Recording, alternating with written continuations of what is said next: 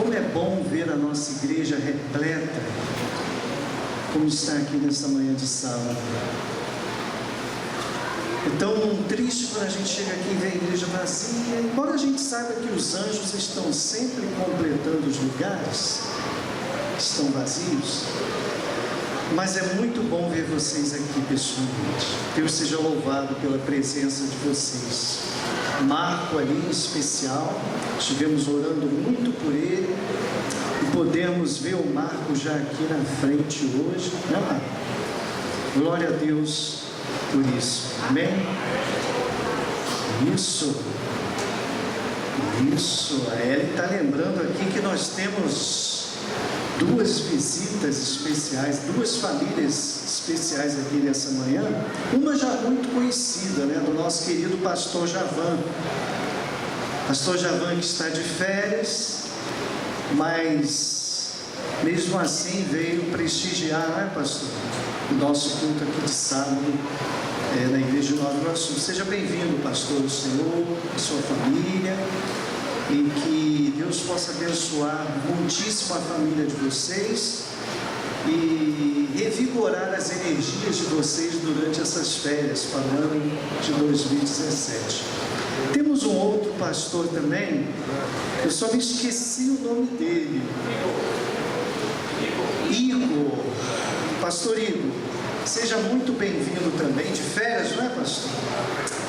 Está com a esposa, é isso? A mãe,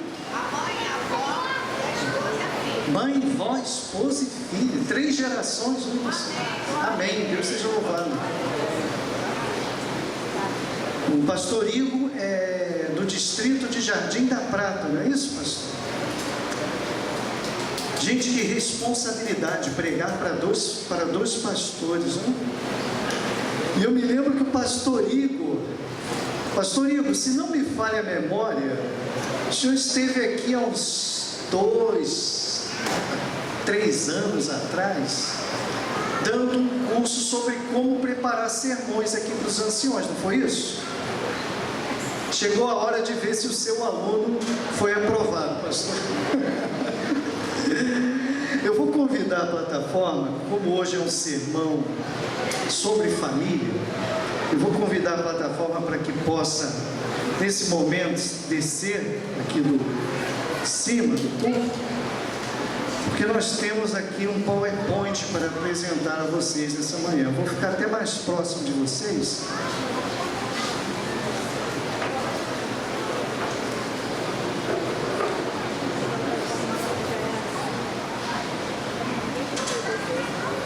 Isso.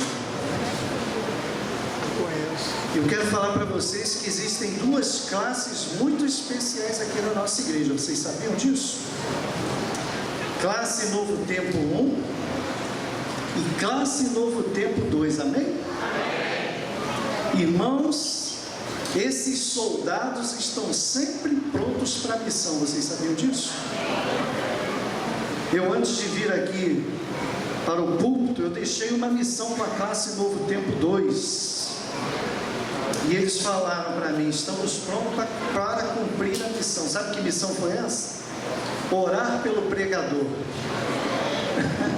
Uma classe sempre pronta a trabalhar, não é isso? E a orar pela igreja. Deus seja louvado por isso. Bom, queridos, o nosso tema dessa manhã é construindo pontes. Construindo pontes. Passa o próximo slide, por favor, Gabriel. O texto para a meditação nossa dessa manhã está no livro de Amós 3, capítulo 3, versículo 3.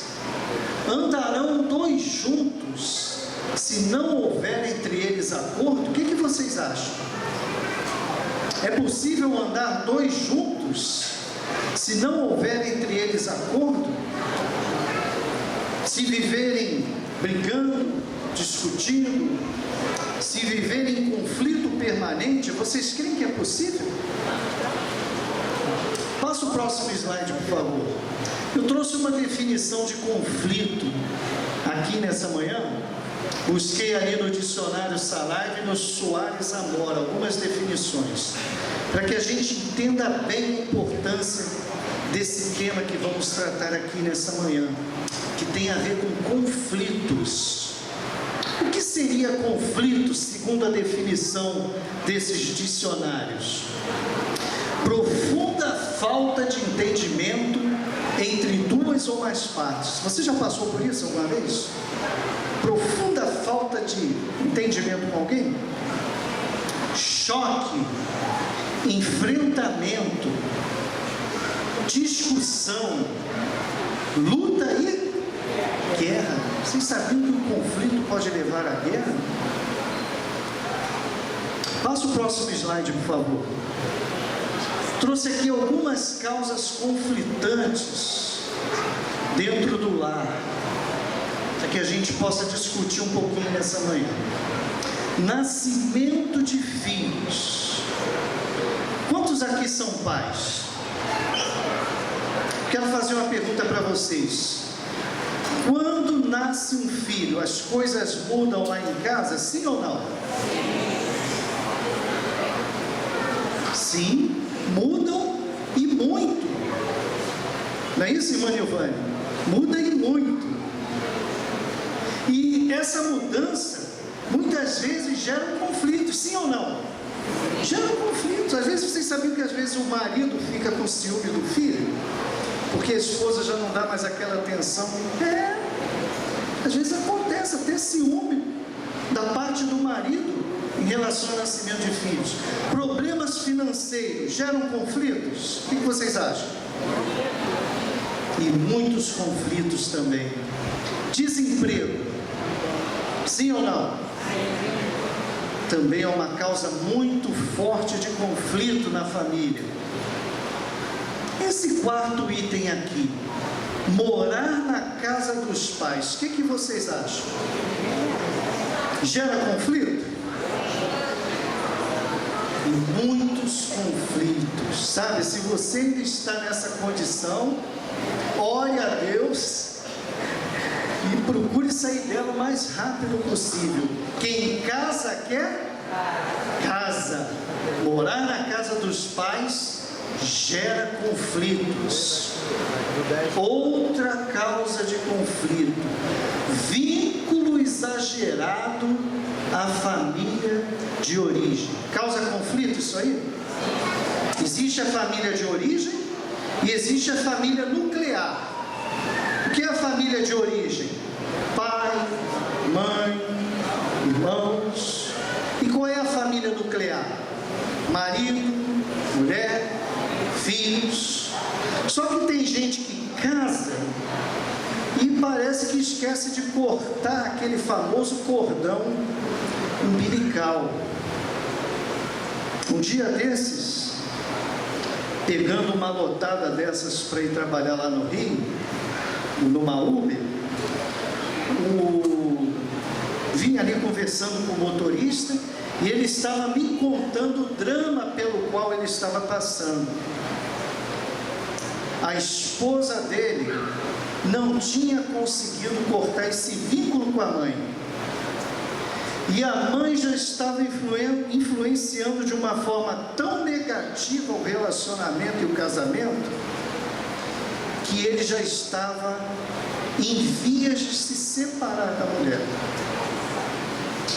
Olha que coisa.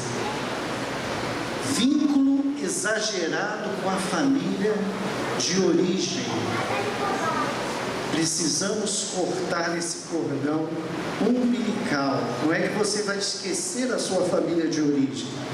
Só que no momento em que você casa, aquela chamada família de origem passam a ser parentes. Família mesmo de fato agora passa a ser a nuclear: marido, esposa e filhos. Ok? Outra causa de conflito: problemas no campo da sexualidade. Causa problemas ou não causa, irmãos? Muitos problemas também. Divergência de opiniões. Divergir de opinião não é tanto problema. A questão é saber administrar, não é, Eduardo? As divergências de opinião, formas de tratamento. E aí, pastor Javan, a forma como eu trato a esposa, como eu trato os meus filhos, pode gerar conflitos no meu lar? Pode também gerar conflitos no lar. Queridos, conflitos que não são resolvidos. Passa o próximo slide, por favor, Gabriel. Conflitos que não são resolvidos acabam se tornando em muros entre a família, em muros entre o casal. E o que um muro faz entre as pessoas? Separação. Eu trouxe aqui um dado estatístico que eu achei assim impressionante. Eu vou ler para vocês. Nos últimos 10 anos, ou melhor, em 10 anos, a taxa de divórcios aqui no nosso país, no Brasil, cresceu mais de 160%. Em uma década, a taxa de divórcios cresceu mais de 160%. Isso são dados do IBGE, dentro de uma pesquisa estatística do Registro Civil, feita no ano de 2014. Então eles pegaram ali de 2004 a 2014, em 10 anos, uma década. Em 2004 no Brasil, aconteceram cerca de 130 mil divórcios. 10 anos depois, apenas uma década depois, esse número aumentou de 130 mil para quanto? 341 mil. Irmãos, quase o triplo em apenas 10 anos. Mas será que eu preciso fazer parte dessa estatística? Ou será que existem meios que podem me ajudar para que eu não venha fazer parte de dados como esse? Passa o próximo slide, por favor, Gabriel. Existem passos, irmãos, e graças a Deus por isso, passos para a solução de conflitos entre marido e mulher, entre pai e filho, entre mãe e filha. Existem soluções para esses conflitos. A primeira delas, devemos buscar a quem em oração? A Deus. Às vezes a gente corre tanto de um lado para o outro. Às vezes a gente busca tantas soluções humanas e nos esquecemos da principal. Buscar a ajuda de quem? De Deus. Eu me lembro que há uns anos atrás, quando recém-batizado na igreja adventista, uns 25, 26 anos atrás, já tendo um cargo na igreja, um cargo de muita responsabilidade, eu estava assim, correndo de um lado para o outro.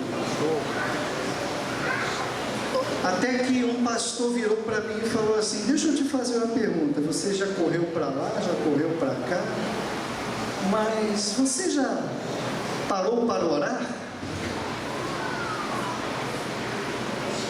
Primeiro passo para a solução de conflitos dentro do lar: buscar a Deus em oração. Olha o que diz Filipenses 4:8: não se aflija com nada, em vez disso, orem a respeito de tudo, contem a Deus as necessidades de vocês e não se esqueçam de quê? Agradecer. Olha que coisa, quando você ora e ora por um conflito no lar, Deus já começa a agir. E se Deus já começa a agir, isso já é motivo para quê? Para mim agradecer. Isso se chama fé, irmãos. Crer que Deus ouve, não é? As nossas orações. E essa é uma oração que Deus sempre vai ouvir. Uma oração para que haja harmonia dentro do lar, amém? Segundo passo, escolha a melhor hora para falar. Olha o que diz Provérbios 29 e 20. Tem visto um homem precipitado nas suas palavras? Maior esperança há para o insensato do que para ele. Irmãos, às vezes não é tanto o que você diz, mas é como você diz e na hora em que você diz. Não é isso, pastorinho? Não é tanto às vezes o que se diz, mas é como se diz e na hora em que se diz. Eu e minha esposa Ellen, há alguns anos aprendemos uma técnica muito interessante para lidarmos com conflitos. Nós chamamos a essa técnica minutos sagrados. Sabe o que são os minutos sagrados? É um tempo que você reserva durante a semana. Se puder ser todo dia, ótimo. Se puder ser 3 vezes na semana, ótimo. 2 vezes também. Mas que pelo menos uma vez na semana você reserve esse tempo. Alguns chamam esse tempo, eu já ouvi, tempo da pizza. É o momento em que o casal, marido e mulher, ou pai e filho, dependendo da situação de conflito dentro do lar, escolhem um lugar aprazível, um lugar longe do ambiente ali do lar, de preferência. Se for o casal, deixe os filhos com alguém nesse momento. Deve ser um momento único do casal. E ali naquele momento, o que o casal vai fazer além de comer a pizza? Discutir a relação. É o momento em que os dois estão relaxados, em que a cabeça está fria. Não é isso, Alfredo? Cabeça fria a gente resolve melhor os problemas. E os dois estão mais abertos pelo próprio ambiente, pelo próprio momento.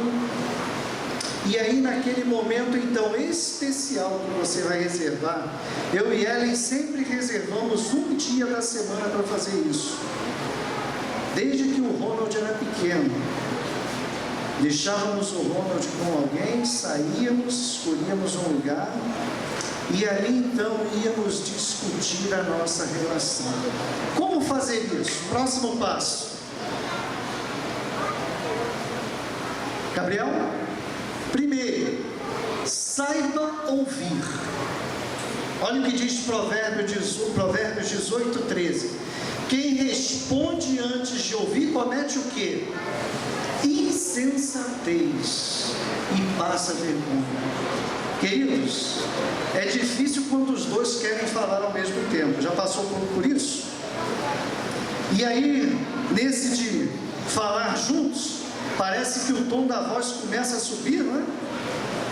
Porque ambos querem se fazer ouvir e daqui a pouco a roupa suja que devia ser lavada só em casa está sendo lavada toda a vizinhança, né? Então, primeiro ponto, saiba ouvir. Quando nós sentamos ali, irmãos, a gente para, um fala e o outro ouve, só ouve, só ouve. Espera o outro terminar de falar. Relaxa, deixa o outro falar. Isso é uma arte, saber ouvir é uma arte que a gente tem que exercitar.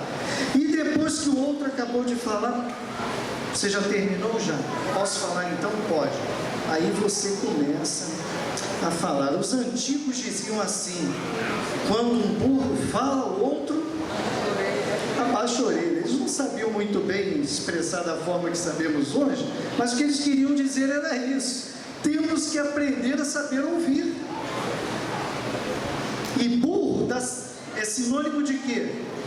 Humildade. Não sei nada, eu tenho que ouvir mesmo, tem muito que aprender. Então, por isso que eu acho que usaram até a figura do burro. Quando um burro fala, o outro abaixa a orelha. Temos que aprender a saber ouvir. Jesus tinha problemas com isso, lembra? Quem tem ouvidos para ouvir, ouça. Todo mundo tinha ouvido, não é? Ou será que faltava orelha em alguém lá na época de Jesus? Não, todos tinham ouvido, mas poucos paravam para ouvir. Temos que dizer, se queremos resolver os conflitos dentro da nossa casa, queridos, temos que aprender a ouvir a esposa, o esposo, o filho. Ah, não importa, ele está falando uma abobrinha, deixa falar a abobrinha. Deixa falar a abobrinha, deixa descascar a abobrinha, temperar, botar na panela. Deixa. Aprenda a ouvir. Sabe, hoje os consultórios, né? Irmã Nilvana é psicóloga. Muitas pessoas hoje estão procurando os psicólogos por falta de alguém que possa ouvi-los. Eu não é, irmã Nilvana? Porque sabe que vai chegar ali, vai ter uma hora, um ombro ali, um ouvido pronto para poder ouvir. Os consultórios dos profissionais aí da psicologia estão cheios. Aprender a ouvir. Mais um passo aqui importante. Queridos, isso aqui é primordial dentro da discussão do relacionamento, quando você vai tratar do seu relacionamento. Ataque quem? O problema e não a pessoa. O que é atacar a pessoa? Você é isso, você é aquilo, aí o outro devolve na mesma hora, né? E você que é isso. Queridos, temos que aprender a separar as atitudes das pessoas.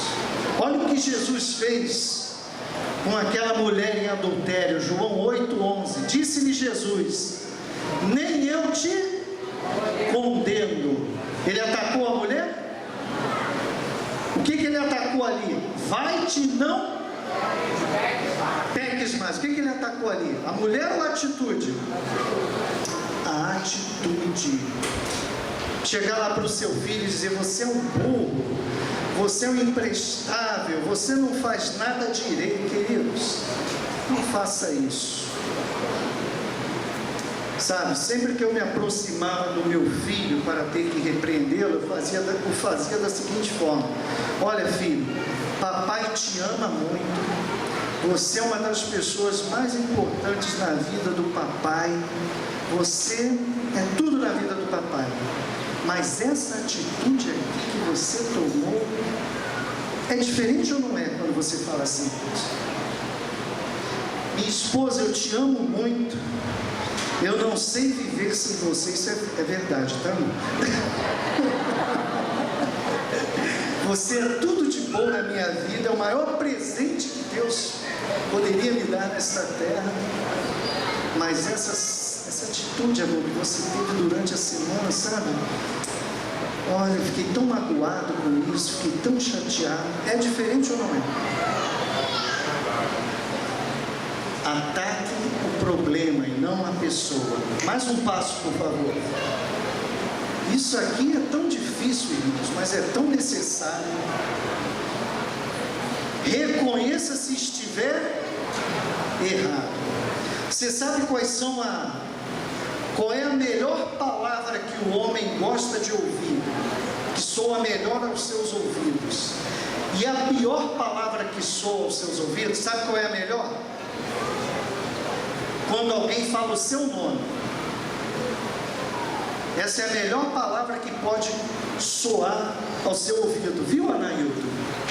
Foi bom ouvir seu nome, não foi? Irmão Gilson, muito bom ouvir o seu próprio nome. É a melhor palavra que você pode ouvir. Mas sabe qual é a pior? Você está errado.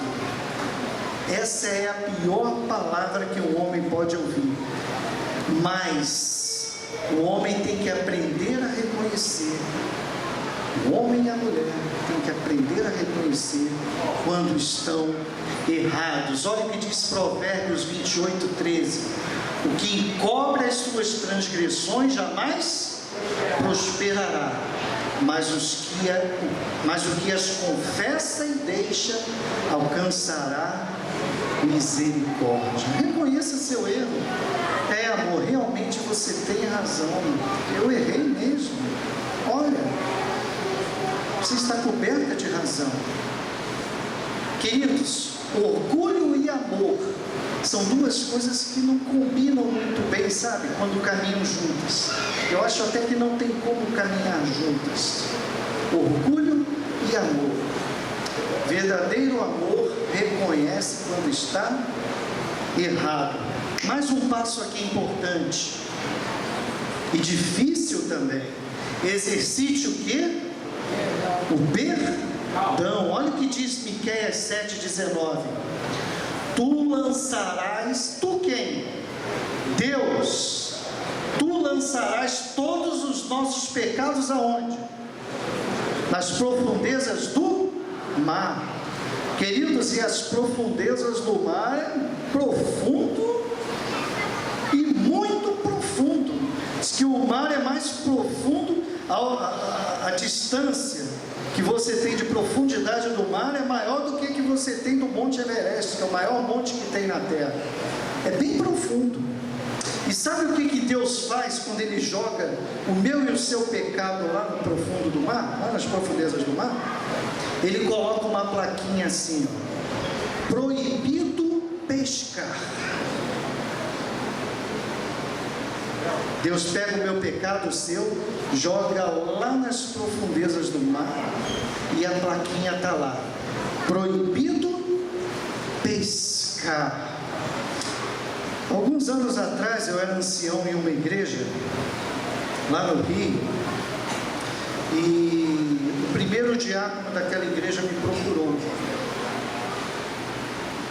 Naquela época aquele senhor já tinha idade de ser o meu pai. E ele falou, por eu ser ancião, ele falou: irmão, o senhor é ancião e eu estou passando por um problema muito sério, eu precisava conversar com ele. E aí fomos para uma sala da igreja e aquele irmão então começou a me relatar o problema.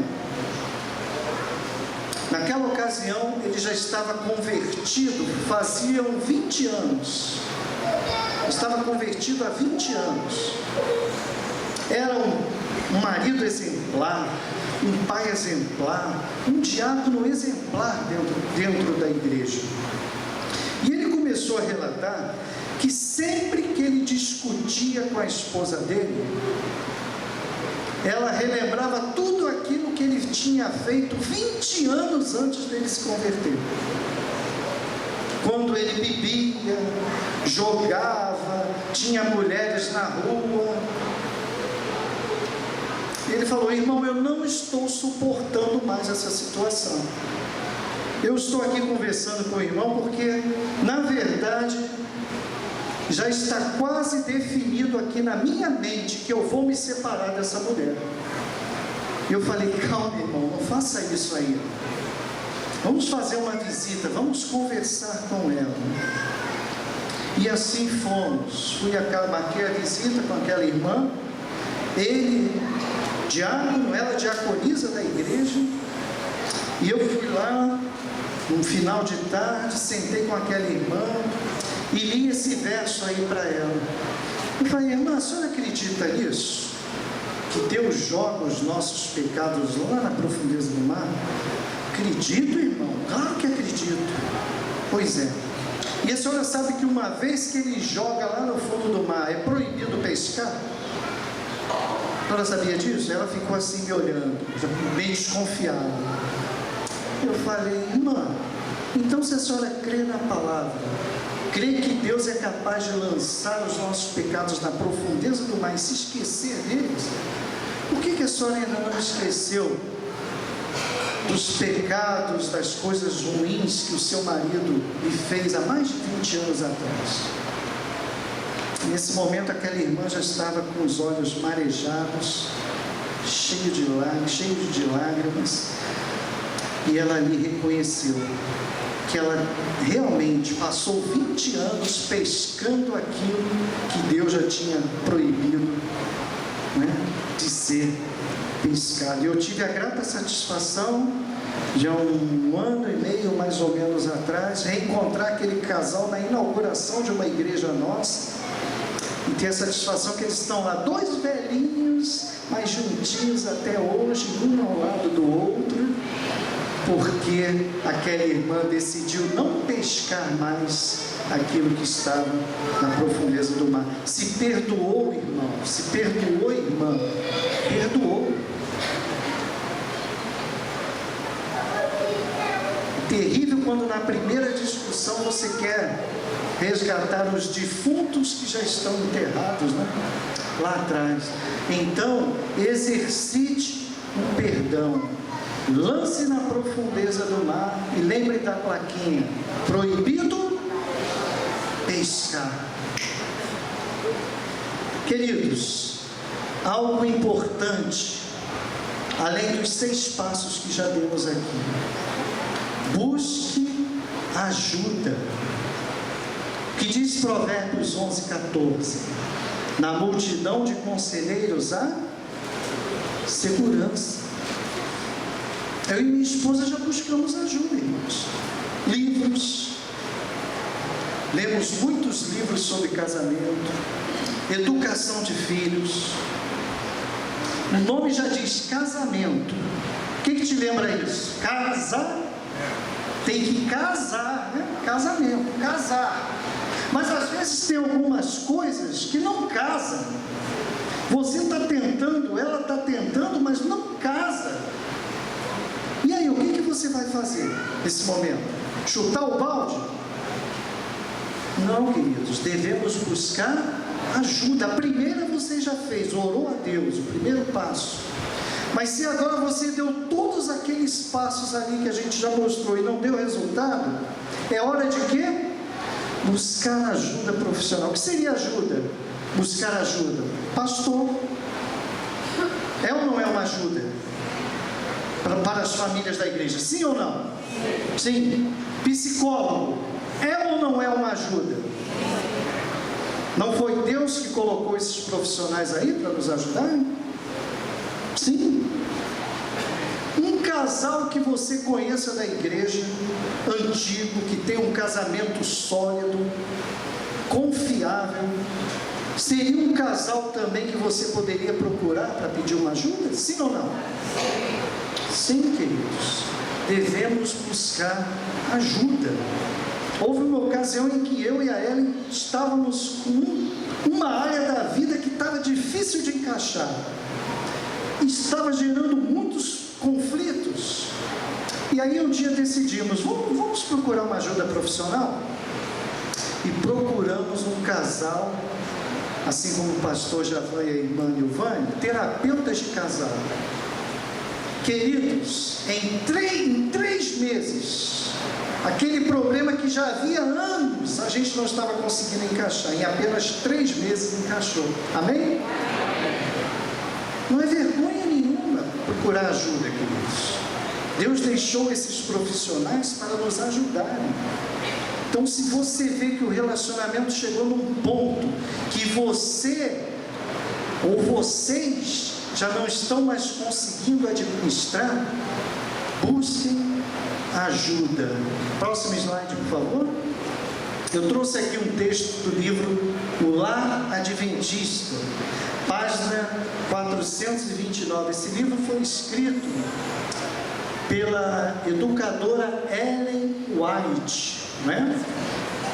E olha o que ela diz ali, escritora e educadora Ellen White, olha o que ela diz ali no livro O Lar Adventista, página 429.